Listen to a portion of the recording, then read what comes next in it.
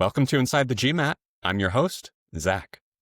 Many MBA applicants are drawn to business school as a way to make a career pivot. Some have a clear vision for what that pivot looks like.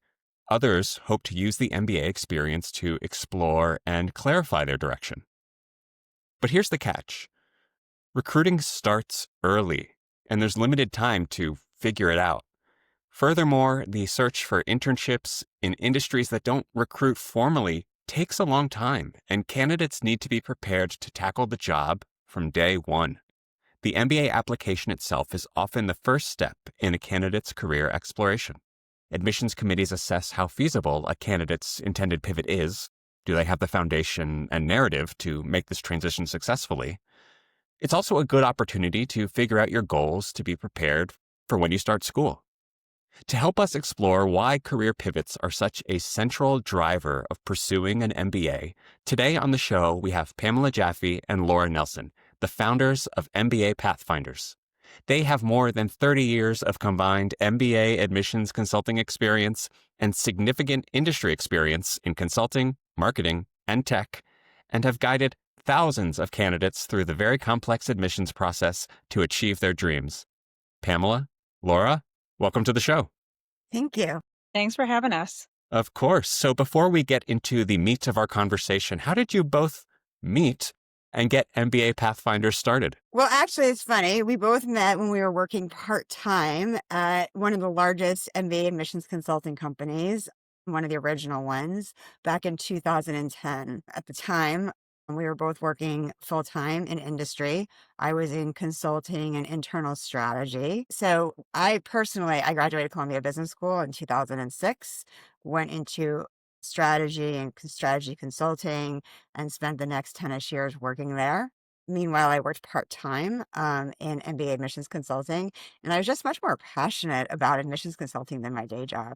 So about 5 years ago, I decided to leave corporate America and dedicate myself to doing this full time. I started a company, and about a year ago, I merged, and Laura and I reconnected, and we merged and started our own company. Amazing.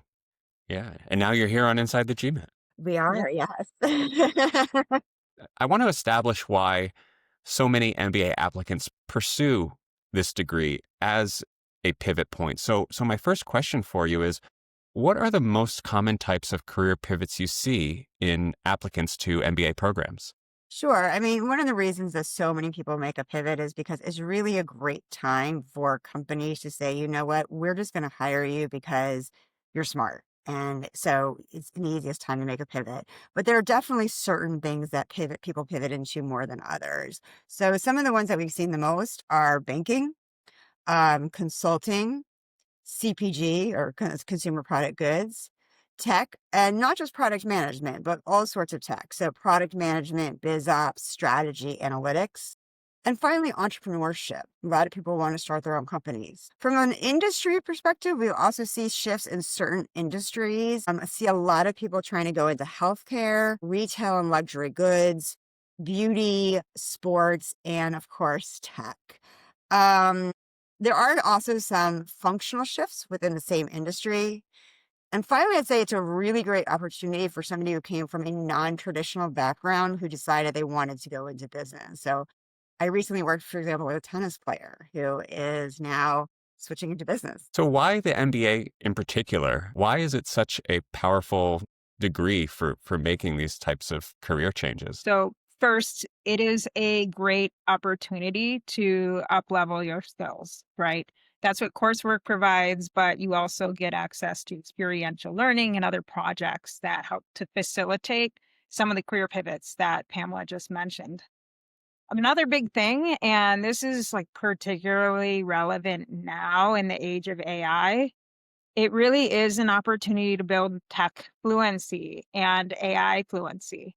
A lot of employers are looking for this, and it's difficult to do on your own in an unstructured environment. So that's something an MBA and the curriculum and environment can really provide for candidates. I mentioned experiential learning opportunities. That's a great way to get practical experience in some of these industries. Pamela mentioned that leads into internship and recruiting pipelines.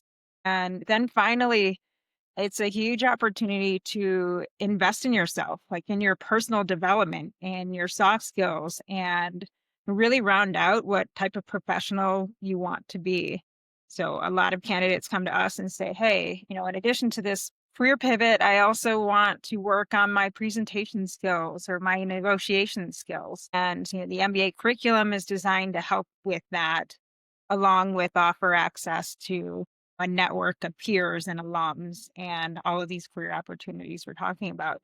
Clearly, the MBA is this powerhouse degree. But I think alongside that, I think because of that, there's probably some misconceptions that people have about how easy it is to pivot with that degree. Is the MBA just this magical thing that makes any career change happen?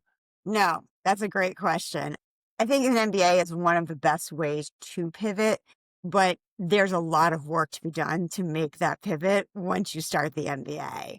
And I'd say this has actually changed over the past couple of years. It's very market dependent. I think it used to be even a little bit easier to just say, I want to be a banker, I want to be a consultant, but it is becoming more and more difficult. And I think the more you want to pivot, the more difficult it is. We say there's something called a triple pivot. Pivot in industry, there's a pivot in function, and there's a pivot in geography. And the more you want to pivot, the harder it's going to be. So what we call the triple jump, which is actually more popular probably in Europe and Asia than in the US, can be difficult. So sometimes we say, think about, if you want to change an industry, stick to the same function for now. Or if you want to change functions, maybe stick to the same industry for now. Another trend we're seeing, with the exception of things like banking and consulting, which have very formal recruiting processes, is that hiring for potential is over. You need to have evidence that you can do the job. With the exception of a few programs, as I mentioned, banking consulting, where they have very formal training programs and they are hiring for potential. Most companies want you to be able to contribute from day one. And that's one of the reasons that experiential learning and internships is so, so important. Um, one of the other things we're hearing is that it's not just enough to like an industry, you have to actually be able to show experience in an industry. So one of the examples that we heard from a career director we spoke with recently is entertainment. Liking entertainment is not enough. If you want to get into entertainment and you haven't done it before, you need to be able to show up at an interview and talk about the business of entertainment. Show that you've been following the industry. And, trends evolve across certain industries. So, for example, people used to want to say, I want to go to business school to work in tech. I want to be a product manager. That's no longer possible. You need to have an engineering background to be a product manager.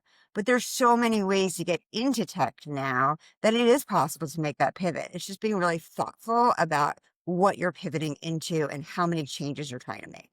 Something that I loved when I first met both of you is how you mentioned that a lot of this starts with the application to an MBA program. So, how should applicants think about their career goals when they're writing their essays, when they're preparing for their interviews, when they're doing all the bits and bobs of their application, if they're still figuring things out?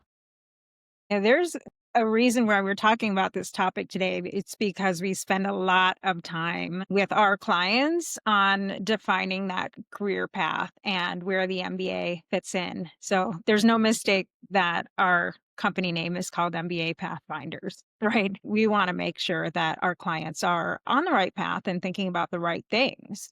Because the reality, Pamela spelled out the reality of today's market and what's possible and what's no longer possible. Candidates have to be ready to go when they accept their offer of admission. And some of that, campus career readiness, some of those activities start immediately. So backing up, what does that mean for the application? Unfortunately, and this is a little different than years past, you don't have time when you get to the MBA to do a lot of soul searching and figure out, maybe I'm going to explore these 5 things. Most, it's probably 2 major career tracks. So if a candidate comes to us and doesn't know what they want to do, we work on a few hypotheses with them and we really narrow down what makes sense for them and their story and what is most aligned with reality. We don't really believe in writing something for the purpose of the application and for getting in. because MBA admissions committees, like they can spot that from a mile away. They want people who are talking about their true goals and talking about them with authenticity in their materials and, in their interviews. So we walk through this process with candidates. We walk through like, what are you good at? What do you see yourself doing in a few years? And how do we map those skills and experiences accordingly? How do we look across LinkedIn and the success profiles of current students and alums in the programs, and how does that help them build a narrative that makes sense and is actually true to their goals? Another point I want to make here too is that we help candidates optimize for their post MBA goals because, of course, these are important to career offices and they report on their employment stats each and every year. But this is only one step in a longer career, right? A longer career journey. And some applications ask about that longer term vision. And we are tasked with understanding what does that look like for each candidate and how does that short term goal and how does the MBA fit in? I think the application is a really good opportunity. I mean, it's a lot of work. So it's a really good opportunity to do the research what you really want to do, not just think of it as let me research to write that application. And I've seen a lot of candidates who actually change their mind in the course of the research for the application and realize, oh, this isn't actually what I want to do. I didn't think that this was that job. And so it's actually kind of rewarding to see people really like, I just figured out what I want to do. Yeah, I can imagine. But something that you mentioned that I want to ask about is you mentioned that admissions committees are going to be looking for something that makes sense. So how do they do that? When they see an application, how do they evaluate whether a career pivot is realistic? Sure. So they're looking for evidence. I mean, it depends on the career, but they're looking for evidence in certain cases of transferable skills. And they're looking to see how realistic that pivot is based on the past. So, for example, if you work in advertising, it's going to be really hard to pivot into banking. Sure, there is somebody who did it at some point in time, but it's not that realistic. It can be your stretch goal, but it can't be your main goal. I think it's important to underscore, like, we are not knocking someone who comes from an advertising career as Pamela did, or I came from film and TV pre-MBA. It is good to have big goals, but we are talking about this, realism for career objectives from a point of view of we've been through this too. And, we know how difficult it is in any market. And we are providing this advice based on the context of today's market, which is especially challenging. And actually, I'm going to add to that. We're also not saying that you shouldn't reach for your dreams, but what we're hearing more and more from admissions committees and career offices that you need to be resilient, right? When you get to business school, they're not going to say, what exactly do you want to do? They're going to say, what's plan A? What's plan B? What's plan C? So if you are in advertising and you want to go into banking, we're not saying that you shouldn't go to business school and talk to your career officer and say, I really want to do this. Can we try to make it possible?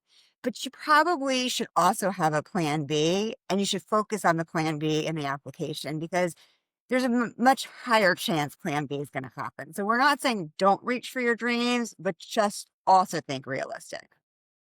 It almost feels like what you're saying actually is you should be specific and don't have sort of a vague sense of like what your goal is. Is that true? Absolutely. So what is the risk of actually presenting like those vague, non-specific goals in an application? The vague goals and non-realistic goals just signal that a candidate might not be ready. So simply put, the risk is just not getting in to your target programs. We often advise candidates not to spend time telling the admissions committee what they think that they want to hear. They get hundreds of candidates who say, I want to be an MBB consultant. And there's nothing wrong with that goal, but if you're saying it just to go with the flow or follow the herd, that's not going to be enough to differentiate your candidacy. So lofty goals, overly ambitious goals, without proof of past experience or transferable skills, it just kind of looks fake or inauthentic. For example, If you want to work in social enterprise, you really need to be able to show that you have interest on a personal level. Do you have a track record of volunteering, of contributing to the causes that are important to you that would translate to a career in social enterprise? And to summarize that, if you don't have the credibility, there's going to be a gap in your candidacy in your application, and the admissions committee could see right through that. You'd mentioned that the MBA recruiting cycle is pretty early. Why is that important to note for folks who are switching careers? Well, simply put, you don't have time to explore. So when we hear from somebody, I'll figure it out when I get there. Well, if they spend the first semester trying to figure it out, recruiting's over. There's two different kinds of recruiting, as we mentioned. There's the formal on-campus recruiting, and then there's the less formal off-campus recruiting. Formal on-campus recruiting starts very soon after you start the MBA, which means that you need to be preparing your resume, networking, preparing, casing or whatever it is that you need for your interviews when you start, if not before you start. You just don't have the luxury of that time. If you're looking to do something that is just in time hiring, so for example, venture capital or private equity, it takes a really long time to network to get those jobs. They're very, very competitive. So you need to start as soon as you start on campus looking for those jobs. Unfortunately, if you wait, the jobs are just not available anymore. So how can students balance exploring or exploration of careers with that urgency? Is it possible to do a little bit of both? Can be. I think Pamela put it well when talking about a plan A, plan B, and maybe even a plan C. We recommend that candidates use a structured path. So pick a role, hypothesis, run some experiments, right? To start getting involved with the club on campus, do the career tracks, get involved in a specific project for that function or for that industry, while also maintaining that plan B and C on a parallel path. Unfortunately, that's what the market is demanding right now, and that's what the most strategic and savvy students are doing. And to Pamela's point about some of the just-in-time recruiting, that's where networking is especially important, right? Like those companies for VC, PE, certain tech roles. There's a world of opportunity outside the on-campus recruiting process that demands that students be more proactive and really engage the alumni network and industry leaders in a different way. For listeners who maybe don't have the clarity yet about their career pivot or what they want to do you have any advice to give them? Absolutely. So first of all, the application is just the beginning of the journey. So one of the things we don't advise is to put down that application and say, okay, I'm not starting till September. Keep thinking about your goals. If you end up with the application and then you start and keep researching and then you're like, maybe that wasn't right. Don't cling to those goals just because you wrote them in the application. Start networking during the summer. Start doing the things that you need to do. Leverage the resources of the school. In the past several years or past couple of years, increasingly, schools are really starting to offer opportunities to work with the career office from the day the candidate puts down the deposit. And it's no longer, travel, enjoy your summer, and then, we'll see you in September. But you take advantage of that time to really figure out what you want to do, both by networking as well as taking advantage of the school resources. And also in today's world, it's increasingly important to build foundational fluency in your target function. So learning things like SQL, learning things like Python, AI basics is really important because you need to be able to do those things today, not just be able to tell somebody else to do them. So it's really thinking about this as a journey, not just as an application and then a start to school. Yeah, that makes a lot of sense. In your experience, what elements make for the most compelling career pivot story? Thankfully, there's no one size fits all formula, right? A lot of narratives and a lot of pivots can be successful in MBA applications and, of course, in a practical career narrative too. However, there is a framework that we do walk candidates through to help understand where the MBA fits in to this pivot. Think about the MBA as a bridge from one point to another, right? Maybe you're standing on one side of a river where you are today, and your post MBA goal or your career pivot is on the other side of the river. The MBA is a tool to get you to the other side. We really implore candidates, our clients especially, to think about what problems they're trying to solve, right?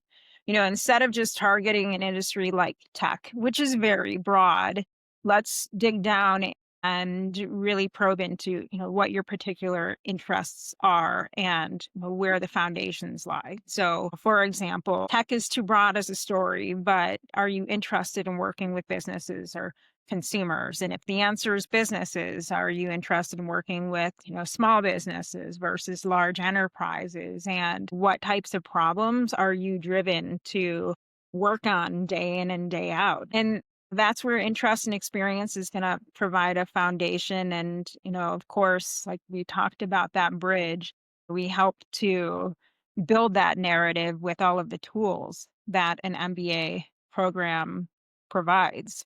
And then the last point I'll make here, because this is something close to home, and I know Pamela can relate to it as well, non-traditional candidates have some real authentic differentiators, but sometimes feel like they're too weird or they're not business-like enough to incorporate into their narratives. And we really help these types of candidates to lean into what makes them different and lean into how these skills and experiences really will help them in the next phase of their career, whether it's, continuing on a non-traditional path or pivoting into something kind of more traditional.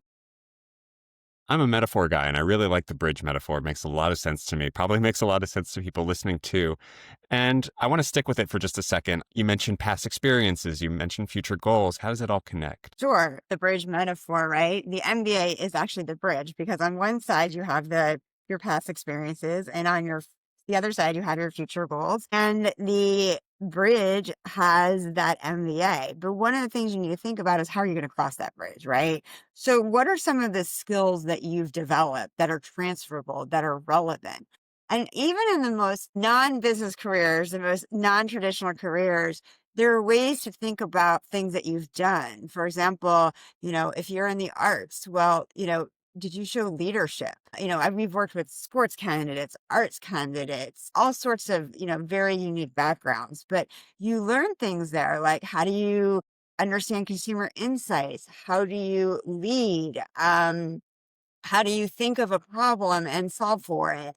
And it may not be super obvious, but usually, if we dig and dig and dig, we find that, okay, well, that candidate on the side helped their teammate do something, and that can connect. That can be a transferable skill. Could you share an example of someone who has made a successful pivot and what made it work? We have many of these examples every year, thankfully, because a lot of people come to pursue an MBA to pivot in their careers. I'll start with my own. I started in film and TV and wanted to leverage an MBA to build on my functional skill set and explore something new.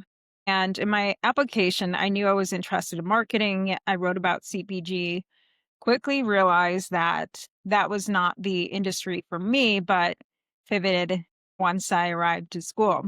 I landed in product marketing and tech and expanded my career from there. And I was able to leverage a skill set I already had, like understanding my audience, storytelling, cross functional work, along with some of the fundamentals in marketing, analytics, strategy, development of some of my soft skills to eventually make that pivot.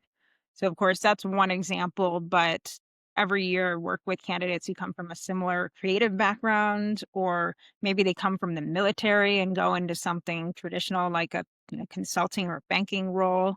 And I'll let Pamela fill in with some of her own examples too. Sure. Well, I'll start with mine, which may be actually a good example of what not to do.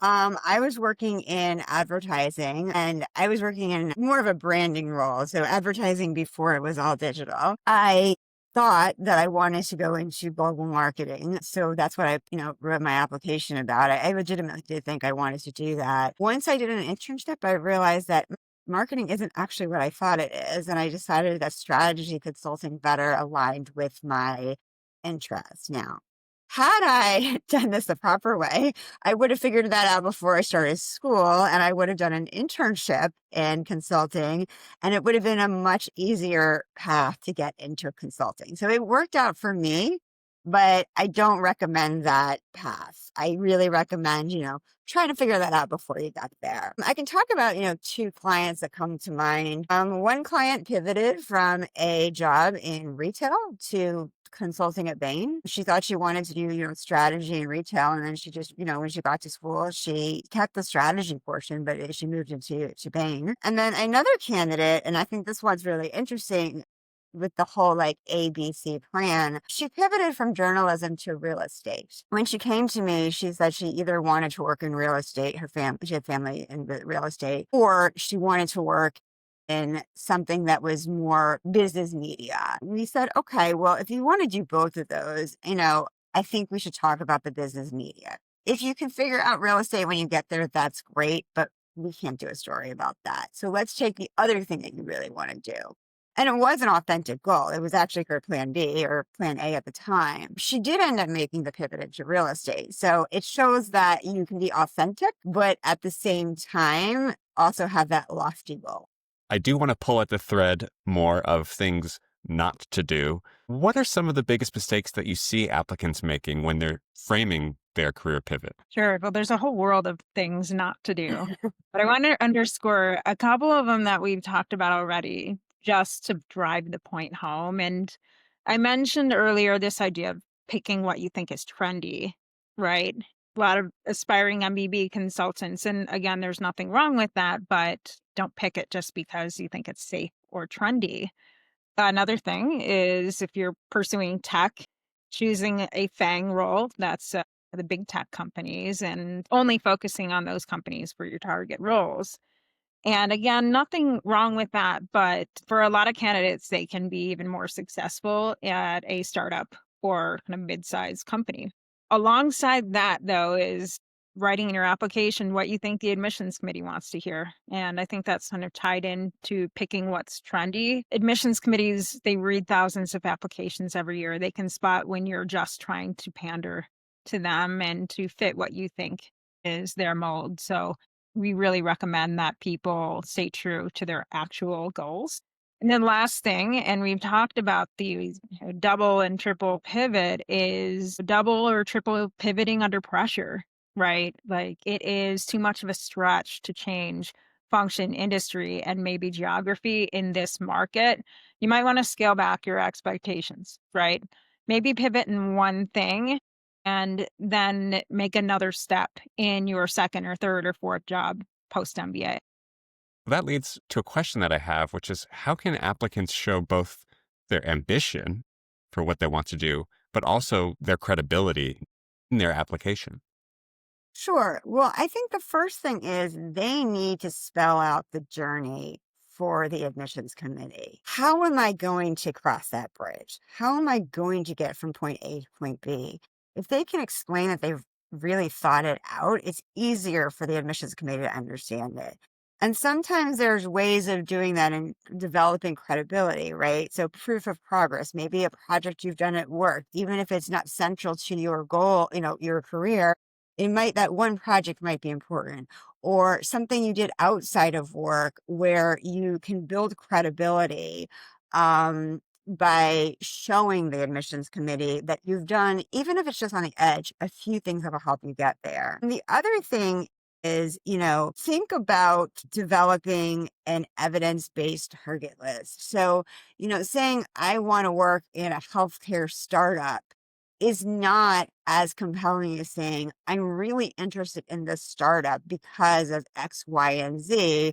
And to show that you've spoken to people in that startup and you know that people have made that change. If someone's pivot feels like a stretch, how can they shore up their case? I think about myself immediately, somebody who went from theater to business school. How can someone do it? How can somebody bridge that gap? Depends. It depends on what the pivot is, right? We've been talking a lot about showcasing transferable skills and using the MBA as that bridge to developing new skills and competencies. One we talk about a lot because the market has changed in a short period of time is product management. This used to be a fairly dependable path for MBAs and especially those targeting the large tech companies. But the reality is that that pathway from the past has changed. It's disappeared. If you don't have a technical background, if you weren't a PM before, it's very difficult to become a product manager at a large company. So what do, right? This has become a career path that was once reliable and now it's a stretch for many candidates. Well, we talk about how candidates can both build their skills, so their tech and analytical fluency, how they become more AI aware and fluent, for example, and what kind of adjacent to PM roles that they might explore, right? A lot of teams work with product managers, including product marketers, where I started my marketing career. Additionally, let's widen the lens on what types of companies we're targeting. It doesn't have to be the largest tech companies and becoming a product manager. There are a lot of startups and mid-sized organizations that need product talent, that know AI tools, and that need the skills that an MBA can bring. And the final point I'll make here is, if the leap is too big for today's market, we're going to focus on changing industry or function. And maybe we're not going to focus on the double pivot for now. So before we go, if you could give one piece of advice to MBA candidates listening who are considering a pivot, what would it be? Be surgical, not scattered. Choose a role, validate it quickly, and then execute the plan. It's kind of like scale or fail in business, right? Test your assumptions and either go with the assumptions, or if it doesn't work, think of something else. Really use the application to figure out what you want to do. I always have my candidates do a lot of research before they start the application. I have them look at LinkedIn and look at people who have done what they've done and who want to do what they want to do, and see what people in the past have done to get from point A to point B. Validate that your pivot actually makes sense and has been done in the past and it's workable. How can candidates best use advisors like you all at MBA Pathfinders to strengthen their story and application strategy? Definitely check out our content. So we have interviews with career leaders on our blog. So that's mbapathfinders.com/blog. You get tons of great insights on what's happening in the market today and how these career officers think about a lot of these career pivots that we are talking about. We also have a newsletter. So sign up for our newsletter on our website. Additionally, think about the frameworks and think about some of the things we've talked about today in regards to your career pivots and leverage our expertise. So I think it can be highly beneficial if you are applying for an MBA, collaborate with an experienced consultant like Pamela or me and really put your best foot forward in the MBA application process. Don't wait till 6 weeks before the application's due. This always takes so much longer than people think. There's so much research that goes into it. You need to start 3-4 months, if not a year, before you want to actually apply. Worst case scenario, you finish early. Great point. Yeah. So if you're listening, stop the podcast now, go to MBApathfinders.com and start the process. That's all for today's episode of Inside the GMAT. A huge thank you to Pamela and Laura from MBA Pathfinders for sharing such practical and honest advice on how to approach a career pivot through business school.